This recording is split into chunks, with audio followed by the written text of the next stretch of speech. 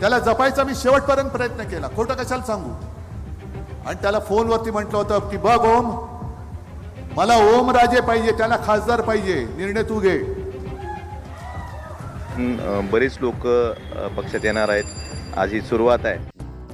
खासदार ओमराजे निंबाळकर यांनी ठाकरेंची साथ सोडून शिंदे गटात प्रवेश केल्यानंतर आता धाराशिवमध्ये उद्धव ठाकरेंनी मोठा राजकीय डाव टाकल्याची चर्चा सुरू झाली आहे. ओमराजेंना टक्कर देण्यासाठी ठाकरे गटाकडून आता संजय निंबाळकर हे लोकसभेचे नवे राजकीय चेहरे ठरू शकतात अशी चर्चा रंगली आहे.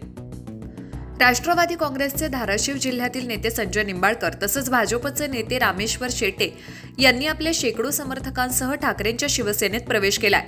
बुधवारी मातोश्रीवर उद्धव ठाकरे यांच्या हस्ते या नेत्यांसह त्यांच्या समर्थकांनी शिवबंधन बांधून घेतलं. पण या प्रवेशामागे नेमका राजकीय संदेश काय?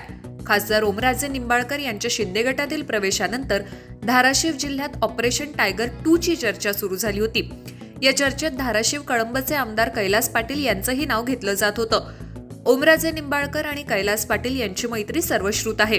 त्यामुळे कैलास पाटील देखील ठाकरेंची साथ सोडणार का, याकडे राजकीय वर्तुळाचं लक्ष लागलं होतं. यातच पालकमंत्री प्रताप सरनाईक यांनी ऑपरेशन टायगर 2 च्या चर्चेला आणखी हवा दिली. मात्र कैलास पाटलांनी या चर्चेला थेट वेगळ्याच दिशेनं वळवलं. कैलास पाटील यांनी संजय निंबाळकर, रामेश्वर शेटे यांच्यासह राष्ट्रवादी, शरद पवार गट आणि भाजपच्या शेकडो कार्यकर्त्यांना ठाकरे गटात आणलं.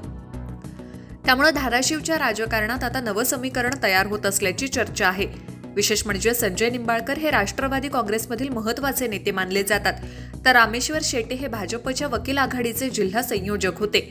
या प्रवेशावेळी आमदार कैलास पाटील, आमदार प्रवीण स्वामी आणि शिवसेनेचे सहसंपर्क प्रमुख मकरंद राजे निंबाळकर यांची प्रमुख उपस्थिती होती. आता खरी चर्चा आहे ती संजय निंबाळकर यांच्या पुढच्या भूमिकेची. ओमराजे निंबाळकर शिंदे गटात गेल्यानंतर त्यांच्या विरोधात ठाकरे गट संजय निंबाळकर यांना लोकसभेचा चेहरा करणार का? कैलास पाटलांच्या या राजकीय खेळीमुळे धाराशिवमध्ये ठाकरे गटाची ताकद वाढणार का? आणि ऑपरेशन टायगर 2 ची चर्चा सुरू असतानाच कैलास पाटलांनी टाकलेल्या या डावामुळे नेमकं कुणाचं राजकीय गणित बिघडणार? धाराशिवच्या राजकारणात आता पुढचा डाव कुणाचा हे पाहणं महत्त्वाचं ठरणार आहे. Bureau report, Maharashtra news 24.